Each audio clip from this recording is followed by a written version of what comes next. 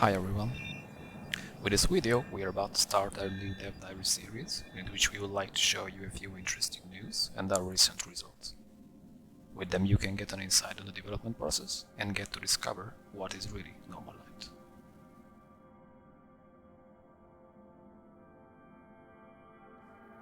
In the last couple of weeks we improved our lighting system and environment a lot, and we really think we managed to create an immersive green world that grabs the player's attention in the most resource-effective way.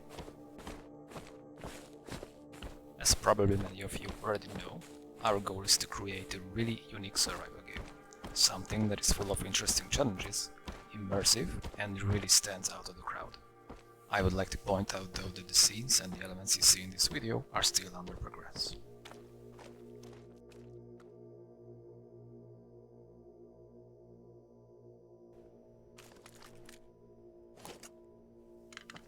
We are working on our new weapon handling system that can create the pull-out animation for almost every kind of weapon without implementing them one by one. We also managed to enhance our inventory system. The player now can stack up the same items and also edit some UI functions. This is still not our final UI, but we are slowly getting there.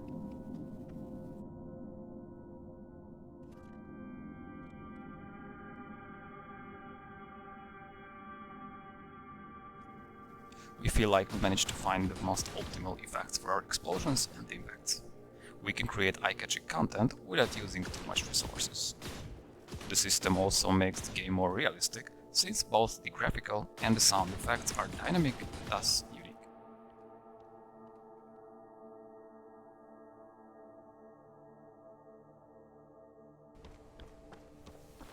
In order to give the player the real no more light vibe, we improved our movement system as well. It became much smoother and realistic.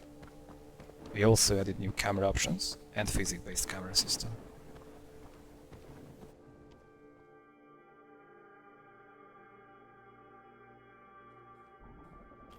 We also implemented new post-process effects to improve the gaming experience, indicating what kind of effects are active on the player.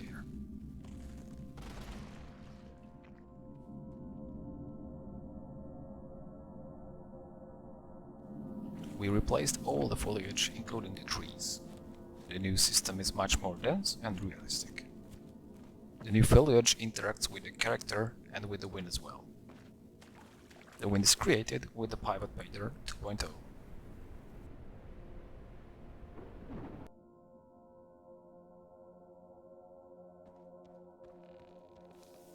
In order to optimize the performance, we started to work on a distance-based AI spawner, which can manage more NPCs. It is needless to say how important such a system is in a survival, invasion-based, open-world game.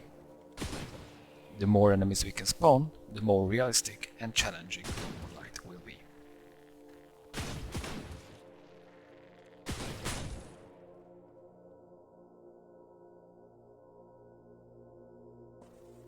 These anomalies are created by the presence of the aliens on the Earth, and they are pretty dangerous for the player.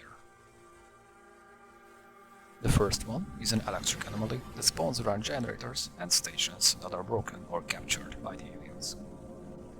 They will also have a key role in Harp events. We will talk about those events later. The second one is the star anomaly that mostly spawns around biomass areas and can be immensely dangerous if the player does not have the proper equipment. We plan to implement 3 more anomalies later on.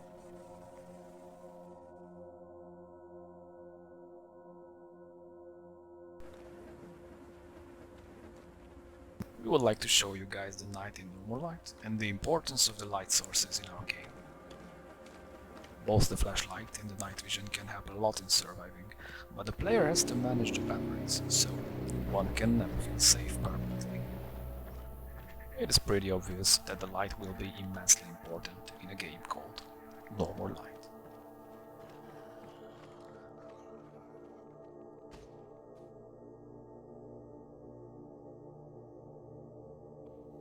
Let's talk about one really interesting part of our game, the Harp event system. High Frequency Active Aurora Research Program, or Harp, is a scientific endeavor aimed at studying the properties and the behavior of the ionosphere. In No More Light, we built an event system around this device with a bit of conspiracy theory. Instead of studying the behavior and the properties of the ionosphere, these facilities were developed by the aliens to influence the weather, with which they generate grim conditions. The worse the weather is, the harder it is to survive. Throughout the game, the player can fight back and capture these facilities to control and fix the weather, and prepare the station, making it easier to survive the next attack.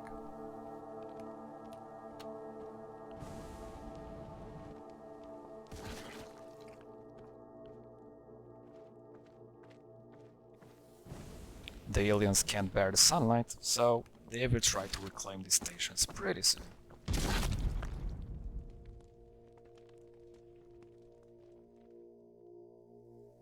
Well, that was all for today. I also wanted to mention that this game has been developed by only 2 of us since December of 2019.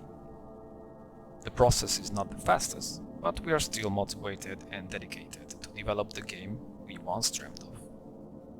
If you followed us so far, you already know how much progress we made. If you like this video and our game, follow us on social medias, join our Discord, and be our Patreon for more exclusive content. Thank you for watching.